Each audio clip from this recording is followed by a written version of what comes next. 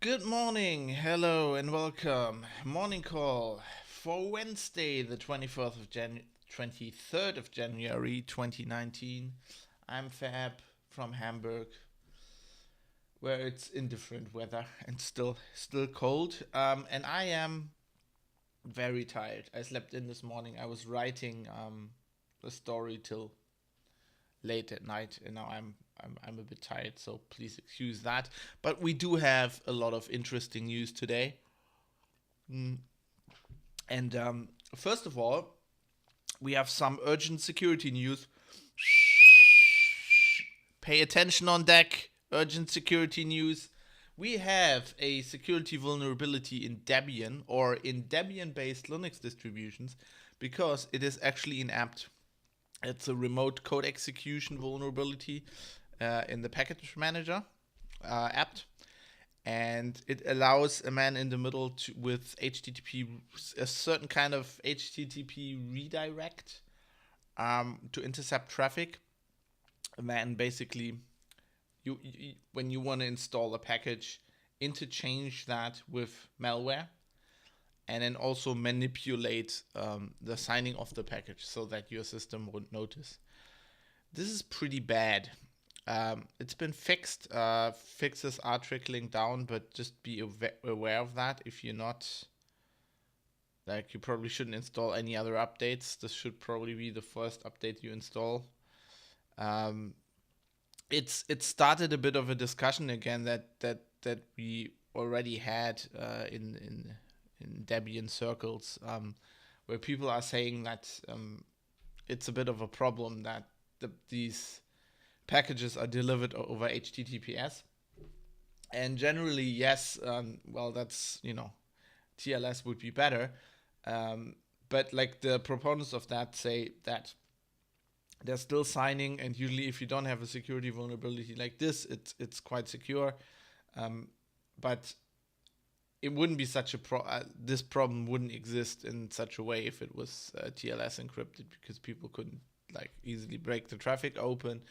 The downside with that, though, is that we then have the problem that it's hard or almost impossible to cache these packages, which obviously with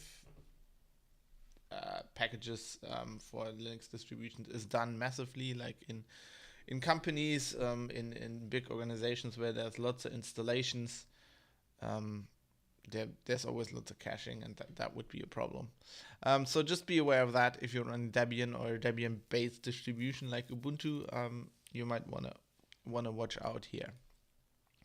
In continuing our saga of ads and ad blockers and browsers installing ad blockers, I talked recently about Firefox introducing ad blocker into one of their mobile browsers.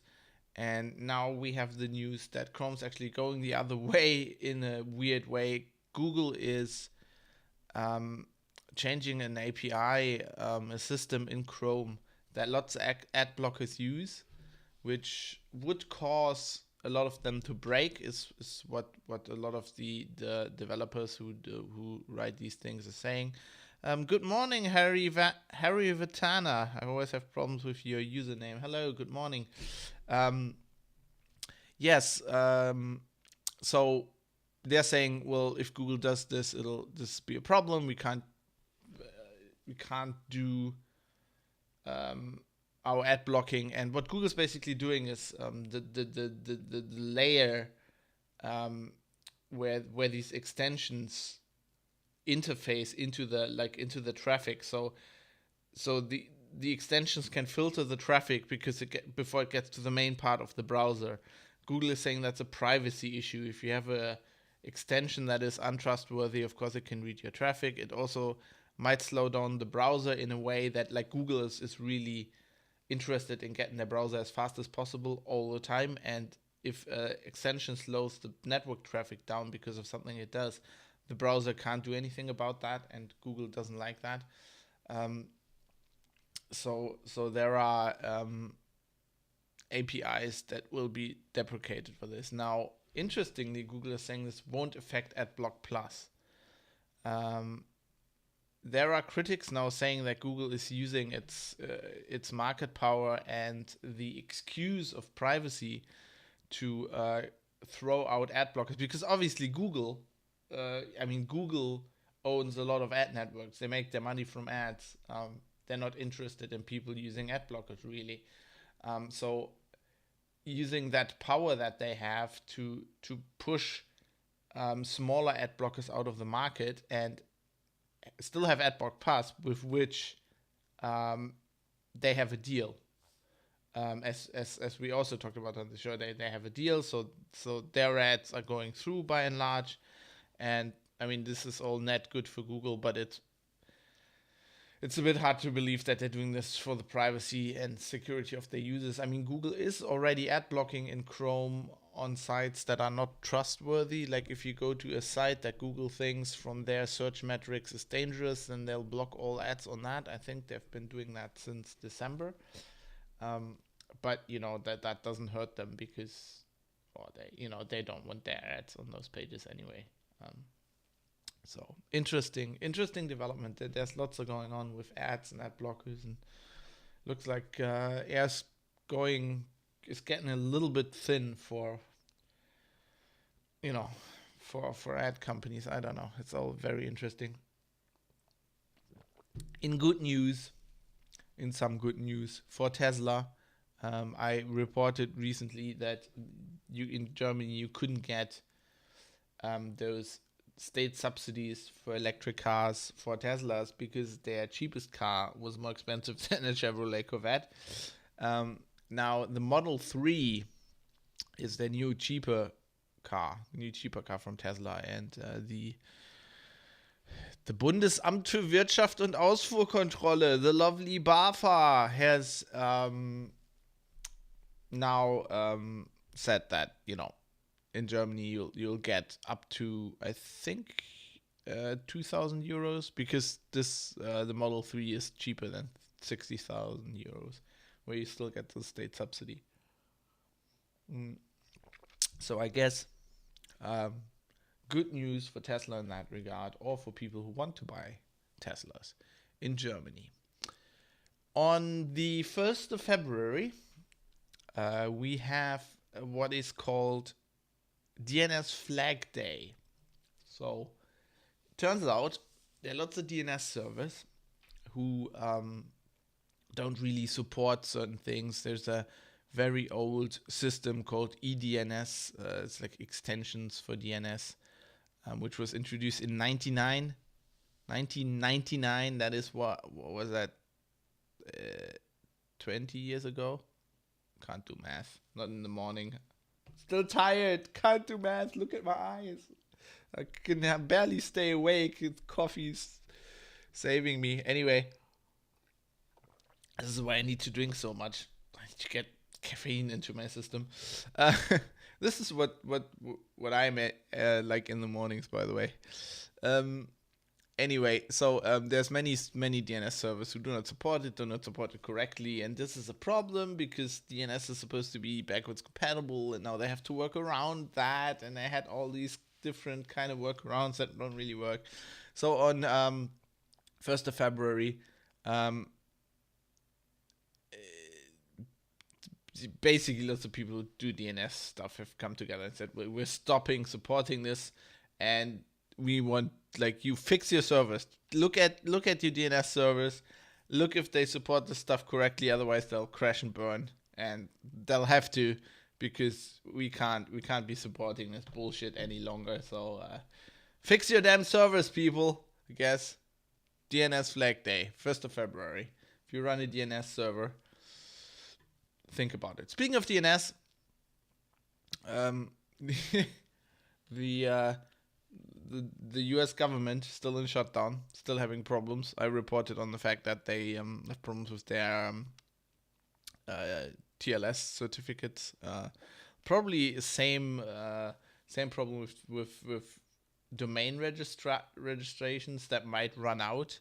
And now there is a warning being issued by the government, talking to those IT people that are still manning their posts, as the register puts it, because there have now been detected a lot of renewed attacks on government infrastructure because because the hackers aren't in shutdown, and apparently they're trying to get into redirect domains, get into DNS, do all kinds of shenanigans. Yeah, so I thought that was interesting. So there's a lot of hacking going on. I mean, yeah, sure. If you're the Russian state hackers, I mean, your government isn't shut down, or the Chinese, you will try this now, or maybe just some guys, random guys. I mean, they're not in shutdown.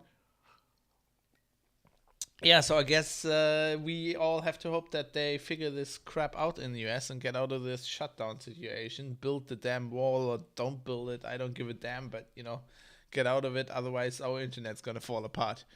Don't like that. Apple is having problems. There's a gate again. There's always a gate in Apple land. You might have heard of Flexgate. So Apple MacBooks, very expensive MacBook Pros, notebooks are falling apart. After a while, the screens are having issues. There are like lines on it, or the backlighting doesn't work at all. And iFixit, who is a company that sells tools to open devices like this, and also always has a web presence, pretty good one. They do good PR. They always take things apart and then tell Apple how to do them, design them better. And they have figured out that the problem is those little cables, flex cables that are in the hinges of the notebooks, and they are always with all notebooks. If you've owned a notebook and you've ever opened it, they're a weak spot. They're really hard to replace. And especially with Apple hardware, and they're really small and break easily. And in the MacBook Pro, they're even smaller, because there's this below the screen. There's this whatever it's called, bloody forgotten it. What's that display called? That little thing with the buttons, with the, I don't know. Well, basically bar, some kind of I bar. I don't have it. Basically, MacBook Pros have this little screen that where the function buttons used to be, and it's just a touch bar. Touch bar. That's it. Thanks, Reamed. Touch bar. I salute you, sir, and also Jonathan. Touch bar. It's Jonathan MH. Yes, that's it. And so these cables have to be even smaller, and they just, good morning. As you can tell, not really awake today. They break, and that's what breaks the MacBooks. Because they're bendy, they're flex cables. It's called the FlexGate. Oh, I kind of like that name. That sounds like a toothbrush, like the Colgate FlexGate or whatever. In some less IT computery news, and some, also technology, gene editing technology, which is something that interests me personally, because my wife is a biologist, and I find it what she does, I find extremely fascinating. And of course in uni she also did some genetics, and when I was in school, I always found genetics very, very fascinating. Anyway, there is this this new technique called CRISPR, or in Germany mostly called CRISPR-Cas, which is a way of to speed up gene editing of organisms. Basically, it makes it easier to very pointedly edit the genome, and then not go through this process you usually have to go through, where you basically, the old process basically was like firing a shotgun into a pond and then hoping you hit like a fish. And the new one's like basically like spearfishing, where the fish is, so CRISPR is very interesting. It's been revolutionizing how genetic engineering is, how organisms are genetically modified. And there was this, so obviously over here it's especially in Germany, it's highly immoral and illegal to do this or it's very, very hard to do this to human organisms, even like single cells. Now in China, they've been traditionally they've been less strict with this kind of thing, but even there, a scientist had to go rogue. Last year, he said he had genetically modified 2 twin babies, embryos, and then nobody really knew if that was true or if you're just making this up. The guy then disappeared for a while. Now he's, I think, in a detention camp or something. Basically, he went rogue. He did this, and the authorities were saying this is illegal. You should have done this. They arrested him. But now the Chinese state media has reported that apparently those 2 babies are real, are alive, on medical supervision, and apparently there's another pregnant woman. So there might be another one from the same experiment. Or as the register says, you heard the latest Chinese CRISPRs, they are real. Renegade bioboffin did genetically modify baby twins. Bioboffin. That's what I'm gonna call my wife when she comes home tonight. Hello, you bioboffin. She's gonna hit me.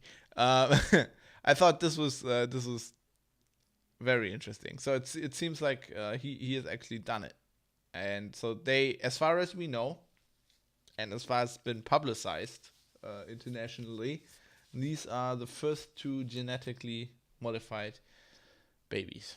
And thus starts the process that will lead us to World War III and the eugenics wars, if you've watched any Star Trek. On the upside from that, we will get Starfleet, and then we'll get the United Federation of Planets, and then it'll all be better. But before, we'll have to have a massive evil war with clones or something. Anyway, that's about it for today. Just one last story. I thought I'll break it up here. Break up my pattern, and since it's Wednesday and it's all going downhill from now on to the weekend, I'll let you go with instead of a funny story that'll pick you up and carry you through the day, with a sad story. I'll send you off with a sad story. The sad story is that Machinima, you might have known Machinima, well known back in the day for producing Machinima videos, so people using video games. I think this started with World of Warcraft pretty much, using video game engines to produce little movies. In some cases, actually quite big movies, quite nice movies. This website, by the way, is a good example why people use ad blockers. My God, PC Gamer, sort it out. What the hell? Then, they, like pretty much like anybody, they switched to YouTube, but still on YouTube. I mean, Machinima was like a really powerhouse kind of network. They were producing a lot of content. There was this like when Felicia Day did like those Dragon Age live action things. They were quite fun. They were actually tied in with the actual game. There was a DLC where you could play her character. Or her character was a companion. You could actually have a romance with that character. That was felt a bit weird. So she's a real person. Anyway, yeah. So that those were on YouTube, but all their videos disappeared. They've been marked. So this is like hundreds and hundreds and just like basically a whole culture full of videos from the aughts, like from early video game things. I mean, they were all pretty low res, the old ones, but they were some of them were massively popular, and they just now disappeared. Like the channel set everything to private. Apparently, I've learned from this story that Machinima is owned by AT&T. Yeah, and I'll probably delete all those videos. And there's a lot of the culture of the internet is gonna disappear. I liked PC Gamer's take on this. They were basically saying Machinima is a good reminder of how disposable the internet is and how just things can disappear. They're talking about digital goods here, but also like communities and stuff. And I think this is a good example why the Internet Archive is such an important thing, and why I think companies like this, instead of deleting, like if they want to delete all the stuff of the internet because not enough people are watching it or whatever, why ever they are doing it, they should consider just handing that over to the Internet Archive, and then they will then make that accessible for future generations. Basically, this is our heritage. This is our gamer heritage. Don't destroy our gamer heritage. Anyway, that's it for today. I think I'm gonna go back to bed now. No, actually, I have some work to do. Sorry for being tired. I'll try to get up earlier tomorrow for your next show. Until then, I hope you have a good hump day. Hope you're doing well, and see you tomorrow for some more tech news. Goodbye.